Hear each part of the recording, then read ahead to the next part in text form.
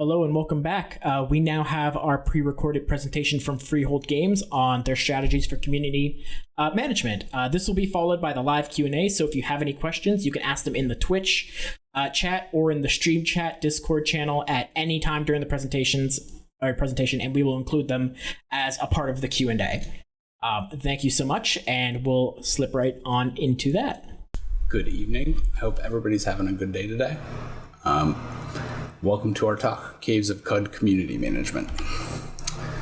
The people who are going to talk today, who are we? I'm Brian Bucklew. I'm one of the co-founders of Freehold Games, and with me today is Eva Problems, a co-founding community manager of the Caves of Cud Discord.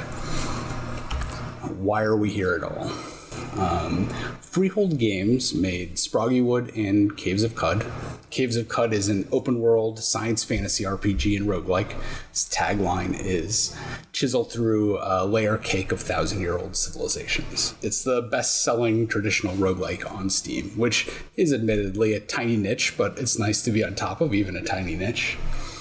And as far as community, we have a subreddit with 10,000 plus active members, and we have a Discord with 1,000 active members and an ongoing targeted harassment campaign, which is one of the things we'll talk about today. What we want to do in this talk is give you a history of our community growth and some actionable takeaways for your own games. The game's development, Caves of Cud, began in 2007, and after several years of development, we, the other co-founder, Jason Grimblatt, and I, made a forums post on a Something Awful roguelike thread, which is a community that we were both more or less active members of. And we asked the roguelike thread, do you think it would be too self-aggrandizing to make a post on Something Awful about Caves of Cud in particular? And everybody agreed that this was okay, and we went ahead and did this, and this was our first community, and it was a successful community. We had dozens of people posting on the Caves of Cud thread on Something Awful, and it was a profitable venture community-wise for us. And so this is our first suggestion, which is leverage your existing communities when you're starting.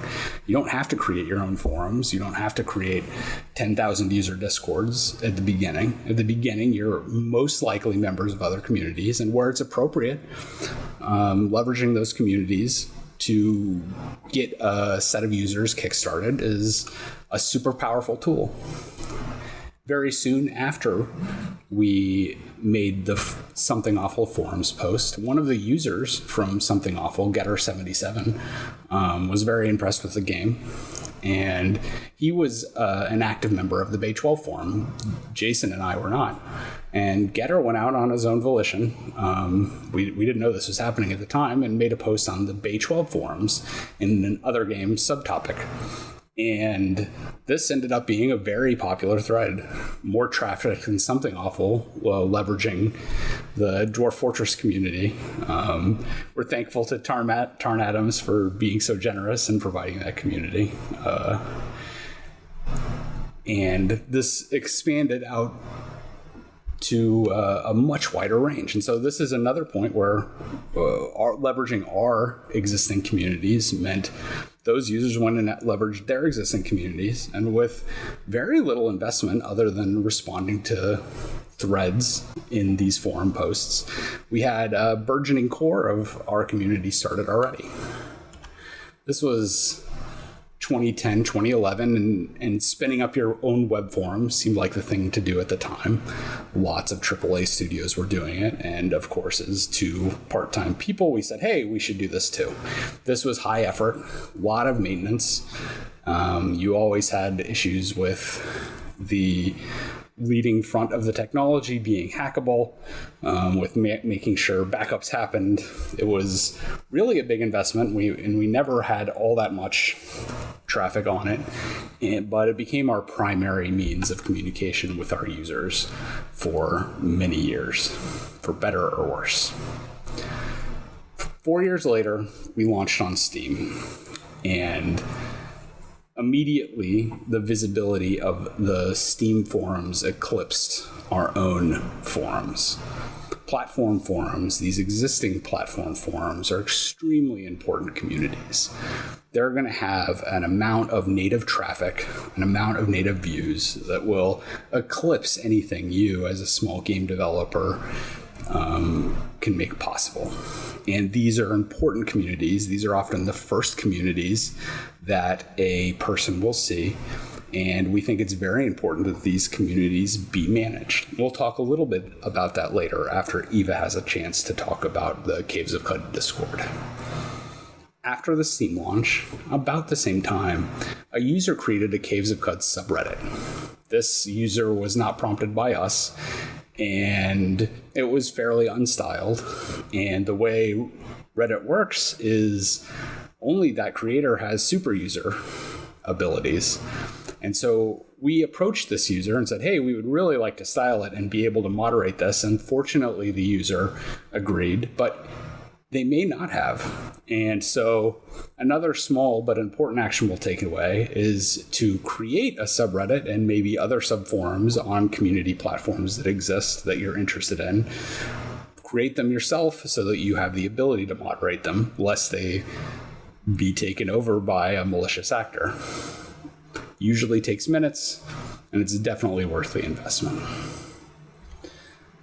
About this time, with the Steam forums blossoming, with the subreddit growing, it became clear that managing our own platform was much more taxing technically.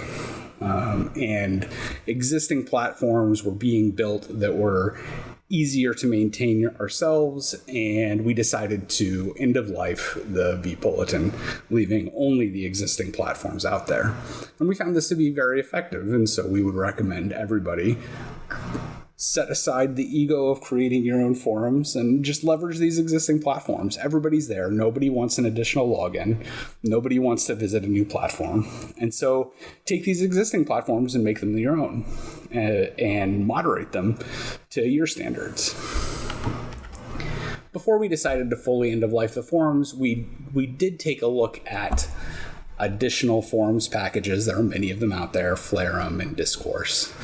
And on and on. But ultimately, we made the decision that managing these platforms was far too technically invasive. At this time, with the forums end of life and with Discord beginning to take off, we launched a Discord in 2018 alongside a couple founding community managers, and one of them, Eva Problems, is here to tell you all about that. Hi, this is Eva Problems, here to pick up on the timeline just before the launch of the CUD Discord. I thought I'd start with a personal timeline. I don't remember how I first heard of CUD, but it was sometime in 2016. The Gonzo mutations immediately grabbed me and let me push through that initial hurdle of the early game in order to finally beat Golgotha. Because what kept me in the game was Q-Girl. I'd never seen a character in a game quite like her, placed in as celebrated and important a role as she occupies. It made me really feel like Jason and Brian were onto something. I had to take a screenshot to commemorate our first meeting.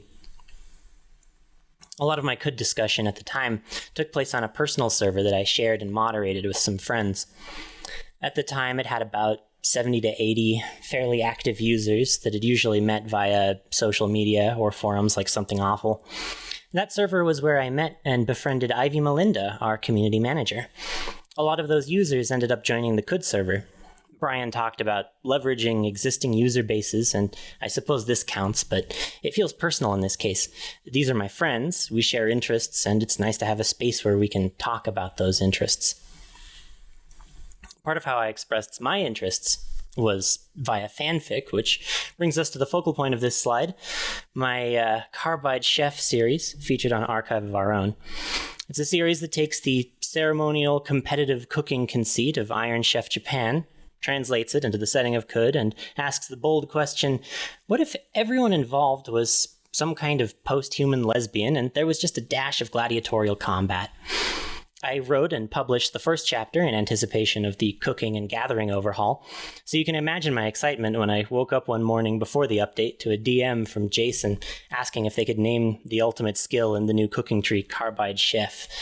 Felt a bit like a Rocky montage. It was very... There's a few other aspects from the fic that have made the jump into game canon, and each one just makes my heart sing. If you're curious, I would point you towards Ivy Melinda's A Flower in the Garden talk for RGC 2020.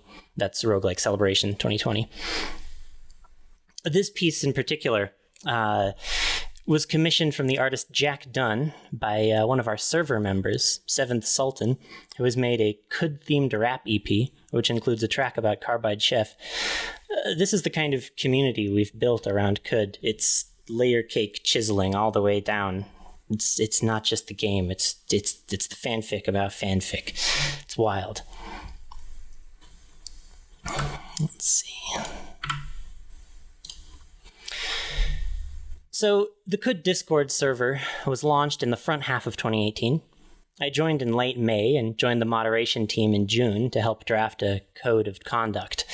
We immediately noticed points of tension in the community between the more grognardy, numbers go up members, and the members in it for the atmospheric lore and writing and radical bodily autonomy. Generally, the former tended to be used to other old-school roguelike or gaming communities, which tend to be more male-dominated, rough and tumble, not strictly moderated. The latter tended to be from more marginalized backgrounds and social circles, where anything-goes humor doesn't fly because of who it usually targets. On top of that, there were outright reactionaries treating the server how they generally treated every other space on the internet. Line towing, using it as a dumping ground for dog whistles and alt-right memes.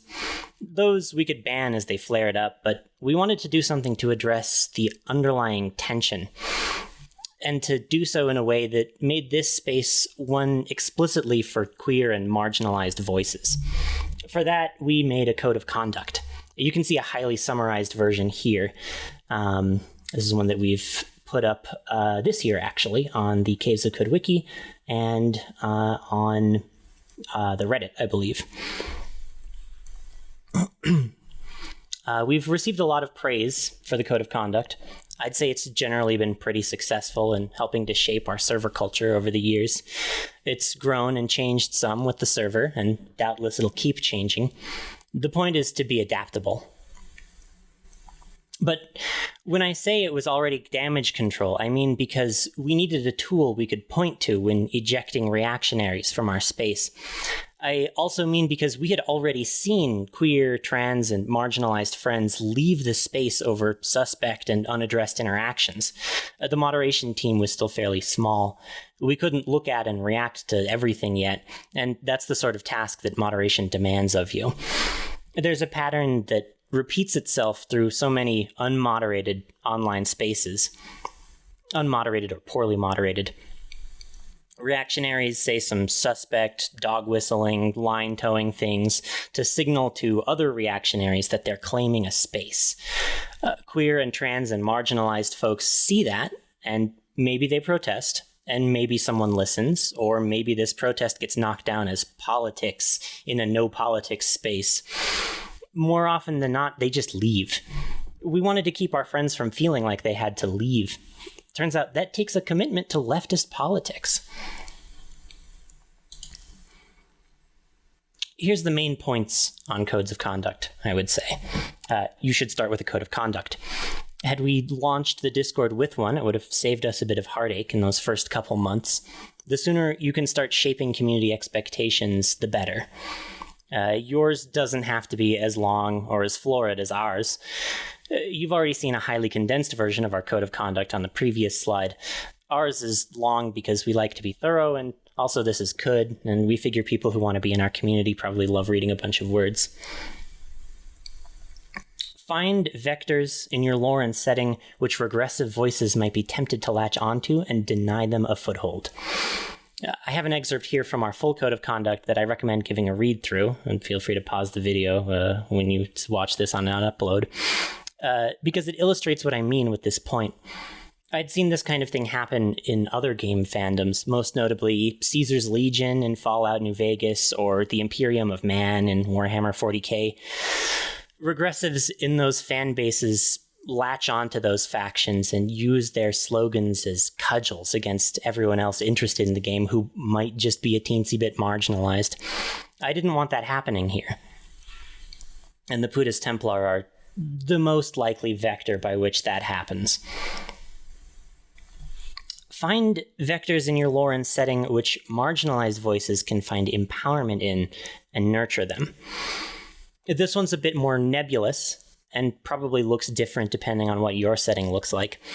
In Could, we've done this by encouraging the ambiguity of textual interpretations and by making space for a bunch of cool, weird mutant characters. You might be asking yourself, but Ava, mutations and mutants aren't necessarily queer. To which I say, maybe not, but it sure as hell resonates with me, and it should be. So, thanks to all these aspects, and thanks to the efforts of our moderation team, it's thanks to all these that the Could server managed to be a bubble of coziness in an otherwise hostile world. In those early days, under 1,000 members, we managed to foster a space where queer and marginalized people felt safe to speak up and take part and have fun. We had raunchier jokes and content that was a bit more risque. No policy against not safe for work content. Part of why we could get away with that is because the active server base didn't include a whole lot of minors. It's not that it was an 18-plus server, and we certainly didn't have a porn channel. That's a universally terrible idea for public servers. It's more that Could tends to attract a more mature fan base. Once you start having minors active in your space, you need to start looking for ways where they might come to harm. Unfortunately, this often means prohibiting overtly sexual content. There was a lot of debate on this in the back channels. Many members of the moderation staff, myself included, have supplemented their livelihoods in part or in whole with erotica. Banning it from the server certainly felt like the end of an era in some ways.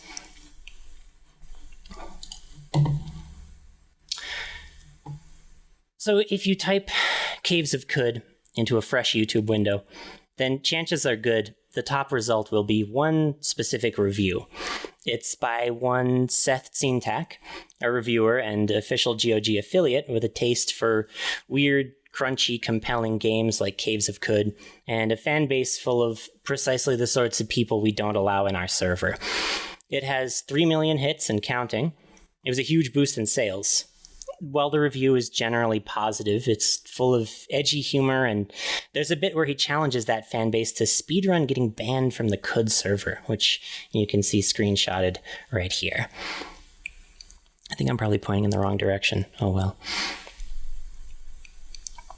We knew it was coming. We saw what happened to the other communities that Seth has reviewed previously.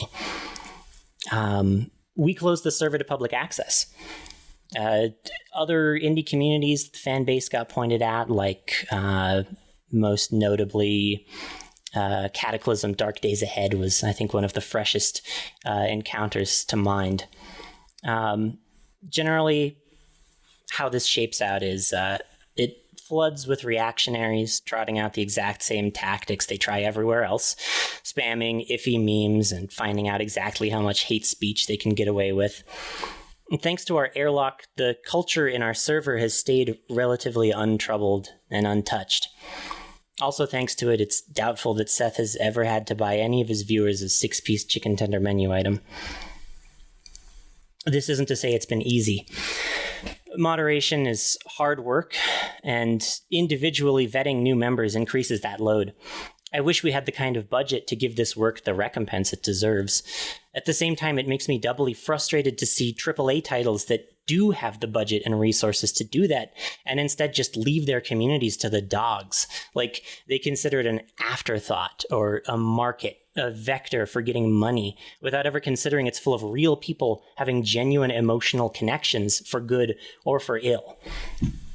I would love to be able to dissolve the airlock and ease that burden, but that review is still out there. It's still the top hit. So long as it is, it points the people on the internet most likely to think it's funny to rile up the SJWs directly to our doorstep. So it means that our cozy community has gotten a bit less permeable. I think that's a small price to pay for the safety of our members.